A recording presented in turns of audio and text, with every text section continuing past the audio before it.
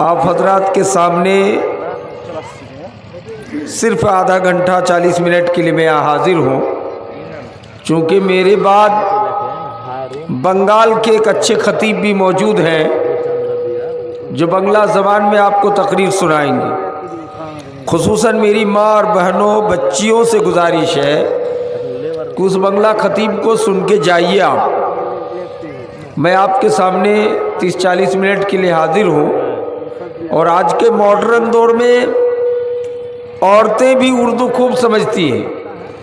ابھی تو عورتوں میں بڑے بڑے مولانا بن گئے ہیں اور سب لوگ اب اردو سمجھتی ہیں، حتیٰ کہ پرانے زمانے کی بوڑھی عورتیں بھی اردو سمجھ لیتی ہیں۔ میں آپ کے سامنے کتاب و سنت کی روشنی میں چند ضروری باتیں بتا کر اپنی تقریر کو ختم کروں گا انشاءاللہ۔ ہم لوگ اپنے آخری نبی امام الانبیاء، محبوب کبریا، امام رسل، پیشوائی سبیل، امین خدا، محبت جبرائیل، جناب محمد رسول اللہ صلی اللہ علیہ وسلم پر بے انتہا محبت و الفت کے ساتھ درود پاک پڑھیے۔ اللہم صلی علی اللہم بارک علیہ وسلم سلاما کثیرا۔ دوستو بزرگوں، کیوں نہ اس نبی کی تعریف کی جائے۔ ہمارے نبی جب چادر اوڑھ لے تو اللہ بولے یا ایھا المدثر، جب کمبل اوڑھ لے تو اللہ بولے یا ایھا المزمل۔ آپ کی رسالت وما آتاکم الرسول فخذوہ وما نہاکم عنہ فانتہوا، آپ کی گواہی خود رب نے پیش کیا، محمد الرسول اللہ والذین معہ اشداء علی الکفار۔ آپ کی اخلاق رب نے پیش کیا، انک لعلی خلق عظیم۔ جس نبی کی دل یاسین والقرآن الحکیم انک لمن المرسلین، جس نبی کی شکل و صورت، جس نبی کی عظمت، لقد کان لکم فی رسول اللہ اسوۃ حسنہ، اس نبی پر ہم بے انتہا محبت و الفت کے ساتھ درود پڑھیں۔ جب بھی نام آئے صلی اللہ علیہ وسلم بولے۔ دوستو بزرگوں، میں نے قرآن مقدس کی جو آیت تلاوت کی ہے، اس آیت کریمہ کا ترجمہ ہے انما یخشی اللہ من عبادہ العلماء۔ اللہ کے بندوں میں سب سے زیادہ اللہ سے علماء ڈرتے ہیں۔ یہ قرآن کی آیت ہے، علماء ڈرتے ہیں کا مطلب سمجھ رہے ہیں؟ مولوی لوگ ڈرتے ہیں، یہ اللہ تعریف کر رہا ہے قرآن میں۔ نبی نے مولویوں کی تعریف کی کہ العلماء ورثۃ الانبیاء، یہ علماء نبیوں کے وارث ہیں۔ اے کب تعریف کی؟ جب صحابہ کرام میں سے ایک صحابی نے پوچھا کہ اللہ کے رسول آپ خاتم الرسول ہیں، آپ کے بعد کوئی رسول و نبی آنے والے نہیں ہیں، تو دین کا کام کیسے ہوگا؟ پہلے زمانے میں ہر گاؤں اور علاقے میں الگ الگ نبی آتے تھے، رسول آتے تھے، لیکن آپ تو پوری کائنات کے لیے رسول ہیں اور خاتم الرسول ہیں، آپ کے بعد کوئی نبی نہیں آنے والے ہیں، تو دعوت و تبلیغ کا کون کرے گا؟ نبی نے فرمایا العلماء ورثۃ الانبیاء، یہ مولوی مولانا حافظ قاری لوگ نبیوں کے وارث ہیں، یہ لوگ دعوت و تبلیغ کا کام۔ اور ایک مولانا نے ہمارے یہاں تقریر کی کہ اگر عالم رات بھر سوئے رہے عشاء کی نماز پڑھ کے اور جاہل آدمی رات بھر عبادت کرے تو عالم کا ثواب زیادہ ہے۔ تو جس نے تقریر کی اس کے سگے بھائی حاجی شعیب الرحمان صاحب تھے، فجر کی نماز پڑھ کے صبح صبح میرے گھر آ گئے، کہا کہ کل جمعے کی خطبہ میں ہمارے بھائی نے تقریر کی ہے کہ عالم سوئے رہے اور جاہل رات بھر جاگ کے تقریر کرے تو بھی عالم کا درجہ زیادہ ہے۔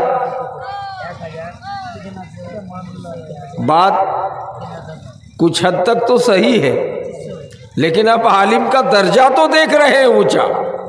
لیکن ان کا انجام کے بارے میں کبھی سوچے ہیں کہ عالم کا برا انجام ہو جائے گا تو کیا حشر ہوگا، کیا حال ہوگا؟ حدیث عبداللہ ابن عمر کہتے ہیں کہ نبی کائنات صلی اللہ علیہ وسلم سے میں نے پوچھا کہ جہنم کی آگ کن لکڑیوں سے سلگائی جائے گی؟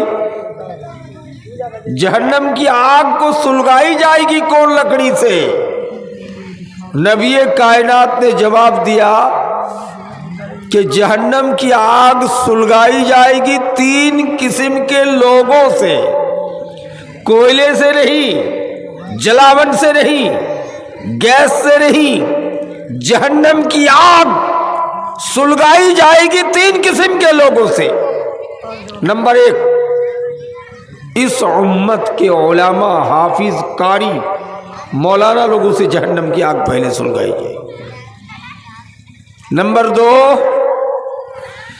جہنم کی آگ سلگائی جائے گی شہداء سے، شہید ہونے والوں سے۔ نمبر 3، جہنم کی آگ سلگائی جائے گی سخیوں سے، جو اللہ کے راستے میں بہت زیادہ دان کرتے تھے، مسجد بنواتے تھے، مدرسہ بنواتے تھے، غریبوں کو دان کرتے تھے۔ آپ سن کے حیرت کریں گے کہ مولانا یہ کیسی بات ہے؟ سب سے خطرناک، بھیانک، جہنم کی آگ سلگائی جائے گی مولویوں سے، حافظوں سے، قاریوں سے، سخیوں سے، شہیدوں سے۔ کیا معاملہ ہے؟ معاملہ دوستو، اس قسم کے عالم جو نام کے لیے، نام کمانے کے لیے علم حاصل کیا ہے، تقریر کر رہے ہیں، فتویٰ دے رہے ہیں، قرآن کی تلاوت کر رہے ہیں، لیکن دل میں رکھ رہے ہیں کہ ہمارا نام ہو پورے علاقے میں۔ اگر اس خیال سے کرے تو ایسے مولویوں سے، ایسے حافظ قاریوں سے جہنم کی آگ سلگائی جائے گی۔ اگر ہم خود نام کے لیے نہ مرے، لوگ نام کریں تو الگ بات، لیکن خود نام چاہے کہ ہماری تعریف ہو، اس سے آپ اندازہ کیجئے کہ ہم علماء، ہم حفاظ، ہم قاری لوگ جو قرآن کی تلاوت کرتے امام حرم کی طرح نام کمانے کی وجہ سے کیا حشر ہوگا۔ تقریر اس لیے کرتے ہیں کہ نام کمانے کے لیے، دل میں رکھتے ہیں، پوچھتے بھی یہ تقریر کے بعد کہ ہماری تقریر کیسی رہے، جمی کی نہیں، نام کا خیال رکھتے ہیں۔ تو ایسے لوگوں سے جہنم کے، ایسے عالموں، حافظوں، قاریوں سے جہنم کی آگ سلگائی جائے گی۔ سلگائی بنے جلائی جائے گی۔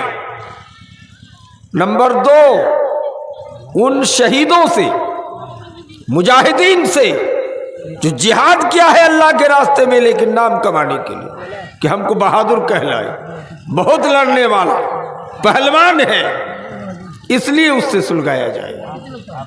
نمبر 3، سخیوں سے، دان تو کیا ہے لیکن نام کمانے کے لیے کہ ہم بہت بڑے دانی ہیں، ہم نے وہاں کی مسجدیں بنا دی، وہاں کا مدرسہ بنوا دیا، وہاں یتیم کی شادی کرا دی۔ اس لیے اس کے ضمن میں حدیث موجود ہے، صحیح مسلم کی نبی نے فرمایا يدخل الجنت منان، احسان جتلانے والا جنت میں نہیں جائے گا۔ احسان جتلانے والا، احسان جتلانا سمجھتے ہیں نا؟ کہتے ہیں جو آئے ہیں نا آپ کشن پور، نیا جھبو ٹولہ، یہ مسجد کی زمین ہم نے دیا ہے، میرے دادا نے دیا ہے، یہی ہے احسان جتلانے والا۔ اللہ کے علاوہ کسی بھی آدمی کو احسان جتلانے کا حق نہیں ہے، سمجھ رہے ہیں؟ اس لیے اللہ کا نام منان ہے، احسان جتلانے والا۔ اللہ تو احسان جتلا سکتا ہے لیکن بندہ نہیں۔ احسان جتلانے کا مطلب کوئی چیز احسان کرنے کے بعد اس کو دہرانا، اس کو کہنا، سمجھ رہے ہیں؟ اس لیے خلیفہ ہارون رشید بہت مشہور بادشاہ تھے، انہوں نے شرط لگا دیا تھا کہ کسی بھی مولوی کو تقریر کرنے نہیں دیں گے یا جمعہ کا خطبہ دینے نہیں دیں گے جب تک 40 سال ایج نہ ہو جائے۔ 3 بڑے بڑے مولانا پڑھ کے آئے، 40 سال ایج پور گیا، کہا اب ہم کو تو تقریر کرنے دیجئے گا۔